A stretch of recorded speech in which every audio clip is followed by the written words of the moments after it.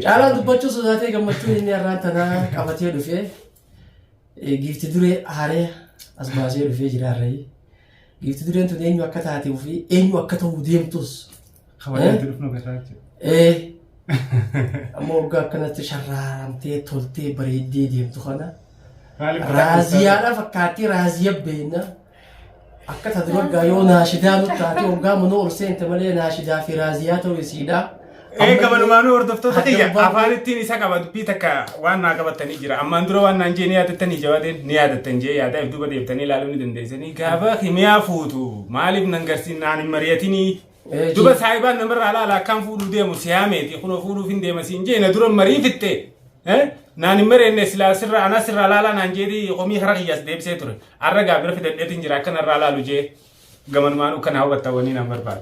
Ammallee kaashaayis nuudhaaf jeetti bii keessa. Assalaamu alaikum warahmatullahi wabarakatuh daawwattootaa fi hordoftoota keenya jirtu ilmaan Oromoo qaqqaaliiwwan kan gola addunyaa mara keessatti argamtan bakka jirtanitti nagayaa fi salaaminni keenya kan onnee irraa burqee qilleensa irraan barrisee isin bira haa ga'u isin jecha har'a eessatti argamtanii jechuun keessanii noolamu nama jabaa nama qaalii nama yeroo dheeraa turtii dheertuu booda har'a Mr. Jawaadee birattiin isin argaman meeshaan tanaa gaafadhu jaadee.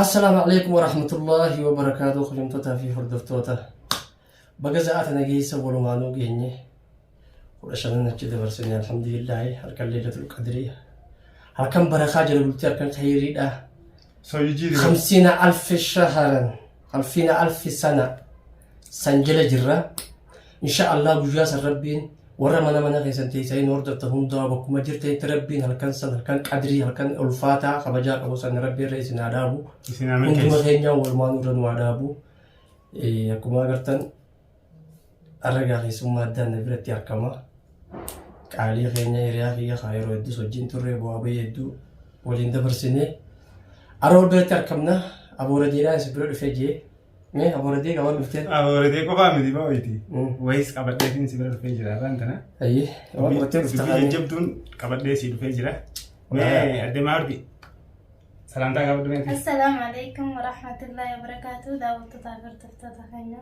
jirra alhamdulillah as keenya jirra har'a eessatti argamtanii jechuun keessanii noolamu nama bira jirrus mee gartan fakkaataa Jawaadee bira jirra tanumaafuu nu faana turaadha. Meeshaan maal jetti? Akkasi gaa'eeti turtii yeroo dheertuu booda akkuma ati jette sanii waan gartee naaf Jawaadee wal biratti nu argamu akka walii wajjin hin argamne nu godhaa ture isinuu ni beektan jeetiin yaadaan ni hubattan jee yaada.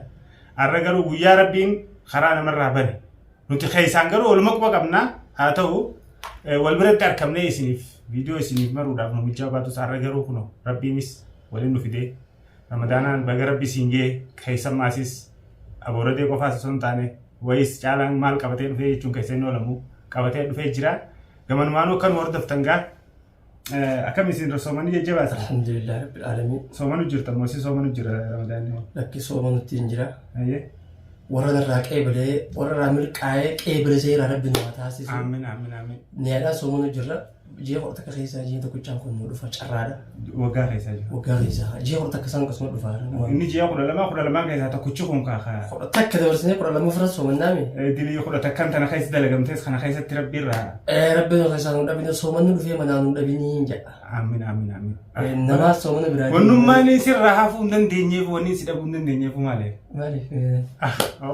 amma si himuudhaaf illee jechoota natti xiqqaate jechoota keenya mi'aawaa san akka malee yaadee jira galatoomii wallaahi siin jee hunda keessan obboleeyyiin ilmaan Oromoo ilmaan musliimaa warra amantaa musliimaa baatii ramadaanaa kabajamtu isin bira qiimaa qabdu nama biraa deeman malee soomanii nama biraan deemu jiinii waggaadhaa ramadaanaa soddomman quraanaa soddomman soomanaa dhufee manaa isin hin dhabinii fayyaa barakaa keessanii isinii fayyaa qabu mana keessanitti akkasii mattanii walumaan fayyaa barakaadhaan waliin dabarsinuun amiin barbaadaan jaa dabalu dhammas. Akkuma inni nu saayimni xiyyaa hojeetti warra amatuu soomanu malee warra waggaa nyaatu osoo hin ta'in warra waggaa hundaa'u nyaatu rabbi nu haa godhuu nuufi isiniis walumaanuu saayimni xiyyaa fixee jira khayrii ramadaanni qabu isin haa quunnamsiisu isiniin jecha akkuma laaltanii agartanitti gaafa nu har'a gammachuudhaan saayiba xiyya Jawaadee caalaan dubbachuu sodaatee gammachuu inni irraan tanaa qabatee dhufee giifti duree haaree as baasee dhufee jiraarree giifti dureen tun eenyu akka taatee fi eenyu akka ta'uu deemtus. Kabajaatti dhufnu garraacha. Ammoo waggaa akkanatti sharraaramtee toltee bareeddee deemtu kana. Raaziyaadha fakkaattii raaziyaa beekna. Akka taate waggaa yoo naashidaa nutti taate waggaa manoo ol seente malee naashidaa fi raaziyaa ta'uu isiidha. Gabanumaanuu hordoftoota kiyya afaan ittiin isa qaba dubbii takka waan naa qabatanii jira. Ammaan dura waan naan jee ni yaadattanii jawaadeen ni yaadattan jee yaadaaf duuba deebitanii ilaaluu ni dandeessanii. Gaafa himiyaa fuutu maaliif nan garsiin naan hin mari'atinii. Duuba saayibaan namarraa alaala akkaan fuudhuu deemu siyaameeti kunoo fuudhuuf hin deemasiin jee na dura marii fitte. Naan hin mareenye silaa sirra ana sirra alaalaa naan jeetii qomii hara kiyyaas deebisee ture. Arra gaabira fidadheetiin jira akka narraa alaalu jee. Gabanumaanuu kana hawwattawwanii nan barbaadu. Ammallee kaashaayas nuu dhaabdee TV keessa haa. San siit narraa alaalaa hin jedhamu. Yoo kataatu taatanii taateetii na fuusistaa yeetiin sittiin dhufee jechuudha. Kun kanuma ta'a. Warri caalaa adda baddan caalaa maal ta'ee caalaa eessatti dagattee warra naan jettanis caalaa hin daganne wal quba qabna fiidiyoo akka amma dura dalagee gadhiifna keessatti sagartan jeetii yaada. Takkaa wal dhabnee hin beeknu. Haati keekiyyaa kimiyaan rabbi haa qaceelchu. Imaanni rabbi raamanni rabbi irratti isaa jiraatu bakka jirutti baatiin baatii araaramaati baatii sheexaanni hidhamee jiru maal jechuu barbaada ni beektaa?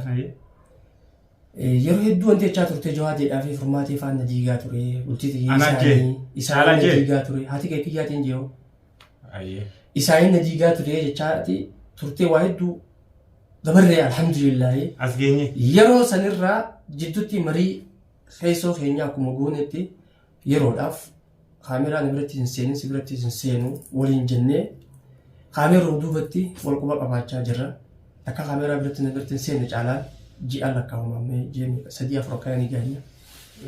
Anillee akkasuma akka bira wal quba qabna baalamaa seennee turre caalaan yoo kagartee amma intalti fuudhutuuni takhimiyaa qaceelfatu miti. Awwaanni dhaamsadhu ammallee takhimiyaa qaceelchitu miti. Dandeettii dhiirummaadhaan fuudha bakka qaadiyoon itti kaan namaa sirran jira yaani sin gaafatan madurallee sin jeetiin jira. Nan gaafatan isi gaafatan. gaafatan. Namaa si gaafatan jira amma maardi ni gaafanna.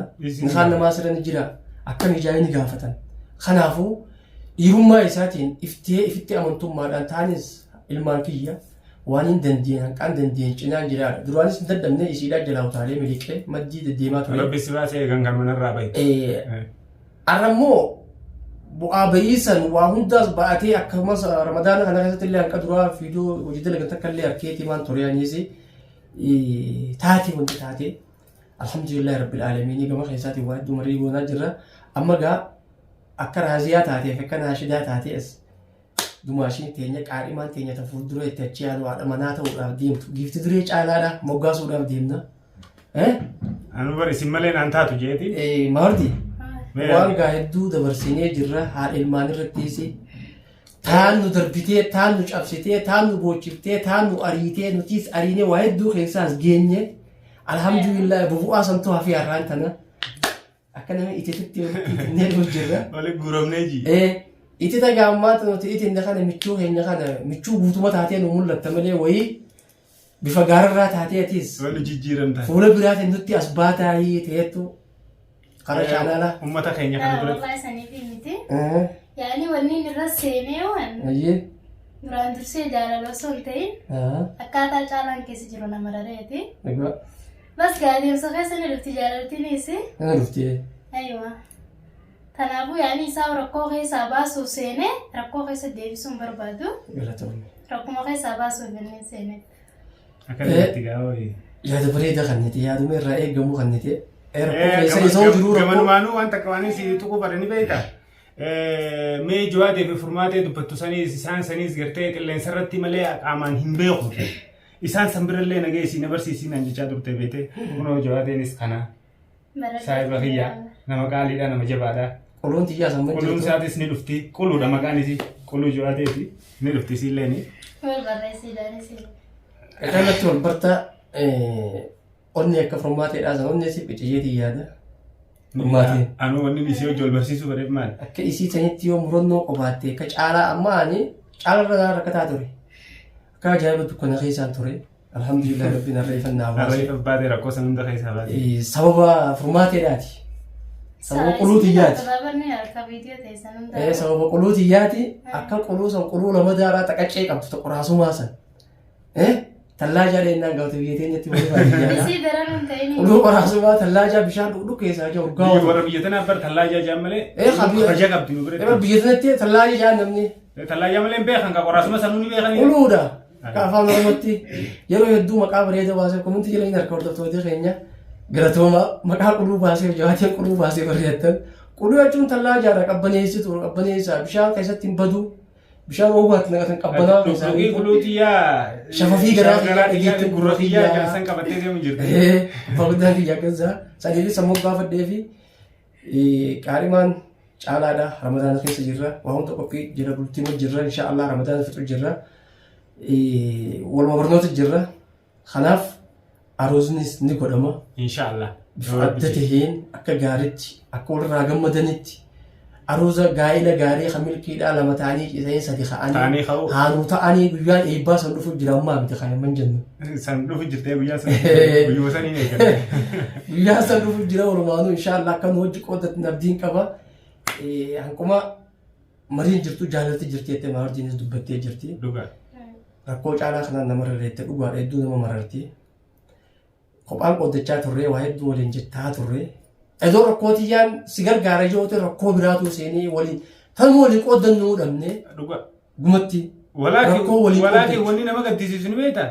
Yeroo niitii gartee atiis rakkoon gartee furmaatee waan godhe san gocha san godhee isii baasee an si bira dhaabbachuu dadhabee ati akkanatti hin dirmanne sajarri wal mari'atee bar addanuma fuudhee akkanatti illee walitti hin dirmanne nu godhaa ture ni beektaa?